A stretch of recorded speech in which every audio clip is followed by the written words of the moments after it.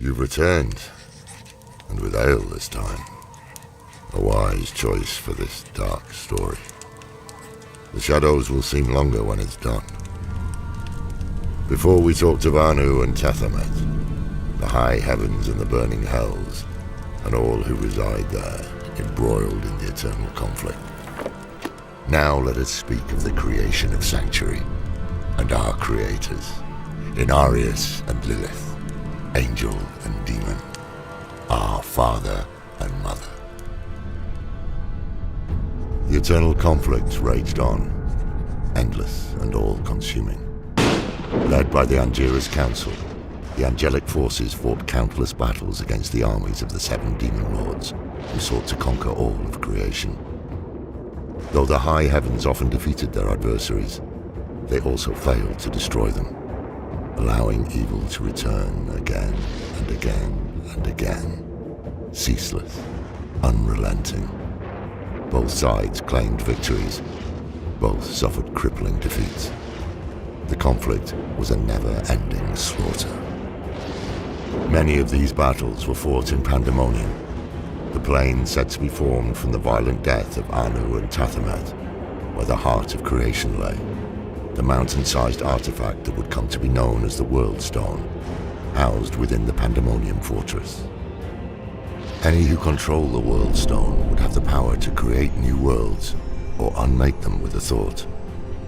A desirable and dangerous prize indeed.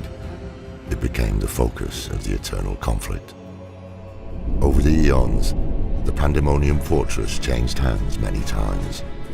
It became a strange place, embodying the warped reality of Pandemonium as a whole, a structural and liminal place, affected by the high heavens and burning hells alike.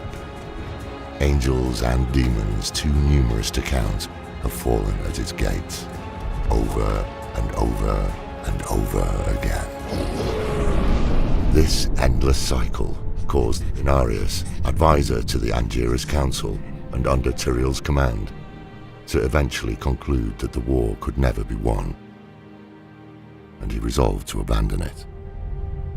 Elsewhere, Lilith, daughter of hatred, was arriving at a similar conclusion. On her father Mephisto's role in the eternal conflict, Lilith once wrote, "My father is content to fight the same battles and the same foes while everything turns to ashes. The war will never be won so long as he and his brothers lead. There is an end to it, but fools like my father are too blind to see it." Inarius and Lilith, angel and demon. Separated by a vastness in distance and experience that is difficult to comprehend, they came to the same conclusion. They must escape the eternal conflict. I wonder if the cosmos had ever contemplated such an unholy alliance and divine union. I wonder if creation shuddered in horror and awe, as Inarius and Lilith gathered others to their cause, fellow renegades, seeking escape from the ceaseless fighting. The details of their meeting, like so much of our history, is obscured by the relentless passage of time and myth. But the great heraldic scholar Deckard Cain tells us of Inarius, wounded or marooned in the Pandemonium fortress, meeting with Lilith. Lilith was not spared the hatred of her father Mephisto, and from time immemorial had awaited an opportunity to rebel. For the first time, combatants in the eternal conflict not only set aside their differences, but also formed a union. It's difficult to imagine, but legends tell us that Inarius and Lilith forged an alliance that would alter the course of the war, reality itself, and all of existence. Inarius and Lilith pledged themselves to their joint cause of escaping the eternal conflict.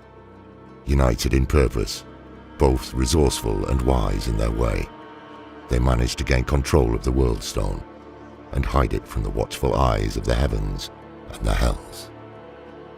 Working together, they shifted the World Stone into a pocket dimension, hiding it from the opposing powers of the eternal conflict.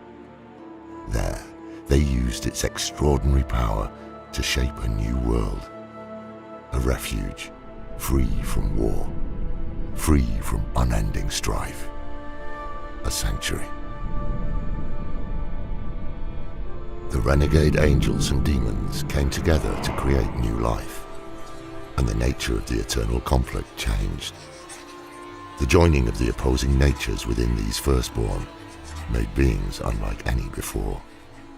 Beautiful abominations called Nephilim, from which humanity would one day descend as inheritors of both lineages. The birthrights of the firstborn graced them with the potential to resist the evil of the burning hells and to defy the dominion of the high heavens. Because of this, many of the angels and demons who rebelled with Lilith and Inarius feared what these children might become. The burden of children can strain even the strongest of allies, and it seems that angels and demons are not immune to this simple truth. Surely Inarius and Lilith could not have foreseen the cosmic consequences of their actions. Inarius was alarmed when he realized that his children might surpass both angels and demons in potential. The other angels and demons fought fiercely over what should be done, whether to spare the Nephilim or exterminate them. The dissent between the two groups alarmed Inarius, who called for a period of reflection. Lilith, driven into a mad frenzy by the threat of her children's extinction, ruthlessly murdered each and every renegade angel and demon, leaving only Inarius to discover the carnage she had wrought. Horrified by the loss of his comrades at Lilith's hand, Inarius became enraged. But still he could not kill Lilith. Instead, he banished her from the sanctuary they had created together. Inarius then attuned the World Stone to diminish the powers of the Nephilim over time, and disappeared in the aftermath. As their strength faded generation by generation, they came to resemble mortals, no longer angelic or demonic, simply human. And as their power diminished, so too did their collective memory, until only legends of what came before remained.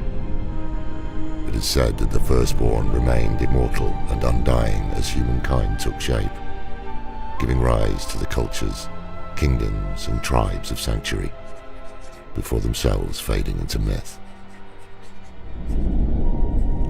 Now you know, the birth of our world and our inheritance, demonic and divine, the eternal conflict that rages ceaselessly in each of us. Think on that, young scholar, until we meet again. None of us is above sin or immune to evil's seduction. Even the most righteous may fall, given the right push in the wrong direction.